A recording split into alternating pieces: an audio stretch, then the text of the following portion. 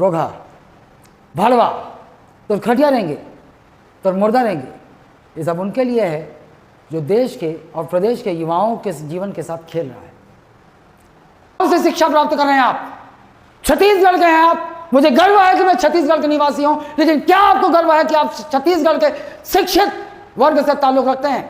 क्या आप गलत का विरोध कर सकते हैं? क्या आप ऐसा कर सकते हैं? आज फिर उस तरह के सत्याग्रह की आवश्यकता है कि शिक्षित बेरोजगार युवक जो अपने माँ बाप के सपनों को लेकर जीते हैं, वो पढ़ाई करते हैं कि वो अपने माँ बाप के कंधों का सहारा बनेंगे। आपका भविष्य जो है सिर्फ अंधेरे में जा रहा है। मौजूदा जो राजनीति चल रही है, मौजूदा जो सरकार गतिविधियां कर रही है, इनको बढ़ावा देनी, ये ऐसे छपरी लड़कियां ये पैसे कमा रही हैं। लेकिन शिक्षित आज देश का और प्रदेश छत्तीसगढ़ प्रदेश का शिक्षित बेरोजगार युवक जो है आज पकौड़े तलने पर मजबूर किया जा रहा है।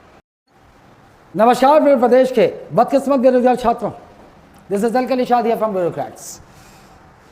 रोगा, भाड़वा, तो खटिया रहेंगे तो मुर्दा रहेंगे। ये सब उनके लिए है जो देश के और प्रदेश के युवाओं के जीवन के साथ खेल रहा है। कोई गोबर बनवा रहा है, कोई ऑनलाइन जुआ खिलवा रहा है, कोई उन्हें पकौड़े तलवा रहा है। देश की और प्रदेश की नियति ये है कि क्या बीजेपी, क्या कांग्रेस सिर्फ प्रदेश के बेरोजगार युवकों के जीवन के साथ खेला जा रहा है। सीएम साहब का ये ट्वीट तब आता है जब शिक्षक भर्ती के छात्र जो है रोड पर होते हैं और एसआई जो 5-6 सालों से लटकी हुई है रमन सिंह की सरकार से लेकर अब तक, तब सीएम साहब ये ट्वीट करते हैं और लोगों को ये झांसे में लाने की कोशिश करते हैं कि इतने पद इन्होंने निकाल दिए, जबकि इनमें से आधे पद जो है वो हो चुके हैं ऑलरेडी। और ये उप निरीक्षक और प्लाटून कमांडर की पद बता रहे हैं। पहले पुराने एसआई का रिजल्ट निकाल दीजिए, वो भी तब जब हाई कोर्ट ने आपको 3 महीने का समय दिया था, 3 महीने में रिजल्ट जारी करने का आदेश दिया था। क्या संवैधानिक तंत्र जो है सरकारों की बपौती हो चुकी है? क्या ये मान लें? क्या तानाशाही इस देश में, इस प्रदेश में हावी हो चुका है? ये मान लें। और ये क्या है, प्रदेश में एसआई के 263 पदों की होगी भर्ती, वित्त विभाग ने दी मंजूरी। ऐसा खबर आप पेपर में निकलवा देते हैं, ये आप भी निकलवाते हैं और ये कोचिंग संस्थान में निकलवाते हैं ताकि उनका धंधा चल सके, 4-5 महीने की क्रैश कोर्स शुरू कर सके और धंधा कर सके। मैं बताता हूं छात्रों आपको, इसके 2 कारण होते हैं। जब भी कोई आंदोलन, जब भी तरह से छात्र किसी आंदोलन में लगने की तैयारी करते हैं, किसी आंदोलन की तैयारी होती है, तो सरकारें ये चाल चलती हैं, इस तरह से कोई छोटी मोटी वैकेंसी निकाल देती हैं ताकि वो रोजी रोटी से त्रस्त छात्र, वो जो रोजी रोटी के लिए तरस रहे छात्र, वो जो है वो इन छोटी मोटी वैकेंसी की तैयारियों में भिड़ जाए और आंदोलन तितर बितर हो जाए। और एक और बात, कोचिंग भी इस तरह से मीडिया वालों को पैसे देकर जो है समय समय पर न्यूज़ निकालती रहती ताकि उनके 4-5 महीने के बैच चलते रहे और उनकी कमाई हो सके। ये चाल कब समझेंगे आप लोग? कब समझेंगे आप लोग? जब तक आप लोग नहीं समझोगे, ये राजनीतिक संगठन, ये सरकारें, ये कोचिंग संस्थानें आपको बेवकूफ़ बनाती रहेंगी और आपकी मनोभावना का, आपकी मजबूरी का, आपके सपनों का सौदा करती रहेंगी और ये हमेशा होता रहेगा। आज मैं आपको इन राजनीतिक संगठनों और सबकी पोल खोलने आया हूँ। ये साहब कहते हैं कि ये जनता की सेवा नहीं कर पा रहे थे आईएएस रहते हुए, इन्होंने आईएएस की नौकरी छोड़ दी और राजनीति ज्वाइन कर ली। राजनीति, मैं कहता हूं कि राजनीति इस कलयुग में केवल वही कर सकता है जो अव्वल दर्जे का मक्कार हो, जो अव्वल दर्जे का झूठा हो, जो अव्वल दर्जे के लोगों को ठगने में माहिर हो। ये साहब आईएएस रहते हुए लोगों की सेवा नहीं कर पाए और राजनीति में आके सेवा करना चाहते हैं। चलिए राजनीति में आ गए, ये प्रदेश के वित्त मंत्री भी बन गए। ये वही हैं जो बेरोजगार युवकों के कंधे पर रखकर जिन्होंने बंदूक चलाया है, जिनके सहारा लेकर ये आज इस मंत्री पद तक पहुंचे हैं। और आज जब आप बेरोजगार छात्र अपना दुखड़ा लेकर इनके पास पहुंचते हैं तो ये धुतकार देते हैं और ये कहते हैं कि प्रदेश के पास पैसा नहीं है। कौन सा पैसा नहीं है?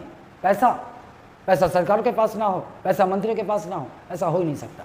प्रधानमंत्री हो, चाहे राज्य में मुख्यमंत्री हो, चाहे राज्य में गृह मंत्री हो, चाहे वित्त मंत्री हो, जैसे ही सरकारें बनती हैं तो आपको बता देता हूं, उनके सारे नात, रिश्तेदार, दोस्त यार एजेंट के रूप में एक्टिव हो जाते हैं। कॉर्पोरेट कंपनियों के लिए अलग एजेंट तैयार कर दिए जाते हैं, ट्रांसफर बिजनेस के लिए अलग एजेंट तैयार कर दिए जाते हैं। और ये खुद जो ट्रांसफर बिजनेस का आरोप लेकर आए थे, आप बता दीजिए, किसी अपने घर में पूछिए, अपने रिश्तेदारों में पूछिए कि ट्रांसफर बिजनेस किस तरह चला रहे हैं ये, या कोई भी सरकार चलाती है। ट्रांसफर बिजनेस सबसे प्रमुख व्यापार है। उसके बाद जो है बड़े बड़े इंडस्ट्रियलिस्ट, उनको ठेके दिलवाने का, करोड़ों अरबों रुपए का ये अलग से दलाली का व्यापार चलता है, या फ्री पीएससी कोचिंग का टेंडर दिलवाने का 30% का अलग से दलाली का व्यापार चलता है, चाहे रेत खदानों का व्यापार चलता है। ये सारी चीजें दलाली पर चलती है। क्या कांग्रेस, क्या बीजेपी ये सारी दलाली के व्यापार चलते हैं। बस सरकारों के पास ये दुहाई देते हैं कि सरकारी खजाने में फंड नहीं है, जबकि इन नेताओं के फर्जी अकाउंट, स्विस अकाउंट पर हजारों करोड़ों और अरबों का लेन देन होता रहता है। आप सिर्फ बेवकूफ बनाए जाते हैं।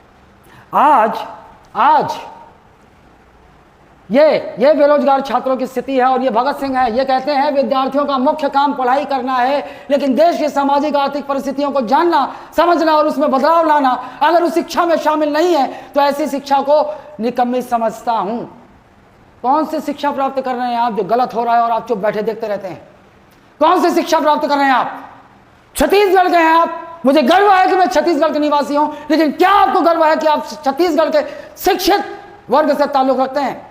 क्या आप गलत का विरोध कर सकते हैं? क्या आप ऐसा कर सकते हैं? आज फिर उस तरह के सत्याग्रह की आवश्यकता है, जिस तरह की सत्याग्रह की आवश्यकता जो है 1920 और 30 के समय में पड़ी थी, जिस समय भगत सिंह जैसे क्रांतिकारी युवा पैदा हुए थे और उन्होंने अंग्रेजों की गुलामी के विरुद्ध बिगुल छेड़ा था, अंग्रेजों की उन चालाकियों को समझा था। क्या आप इन राजनीतिज्ञों की चालाकी नहीं समझ पा रहे हैं?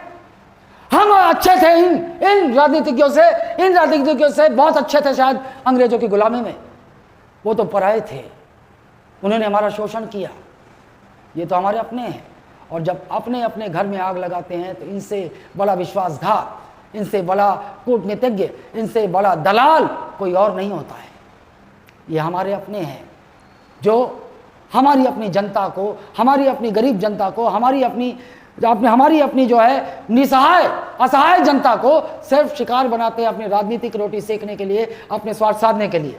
ये स्थिति हमारी।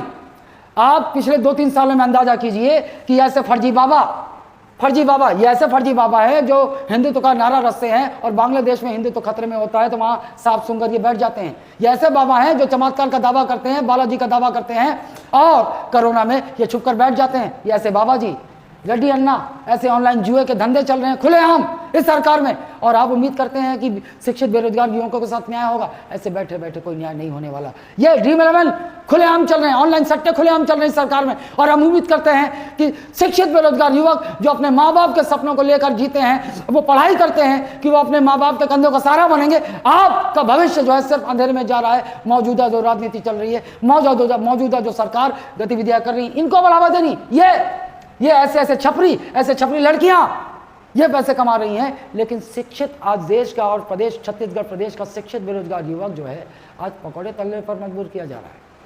आज मजबूर किया जा रहा है वो अपने माँ बाप के कंधे पर जो है सर रखकर वो ये सहानुभूति भी न दे सके कि पापा मैं फेल हो गया नौकरी में।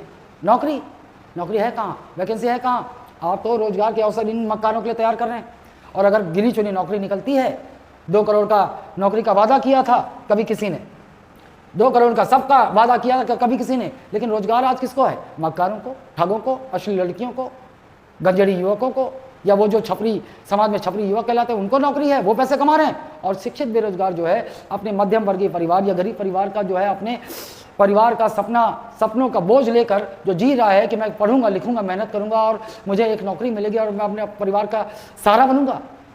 आप माफ़ कीजिएगा, आप सिर्फ ठगे जा रहे हैं, आप सिर्फ बेवकूफ़ बनाए जा रहे हैं, और अब भी आप शांत हैं तो आप इस देश के किसी काम के नहीं हैं।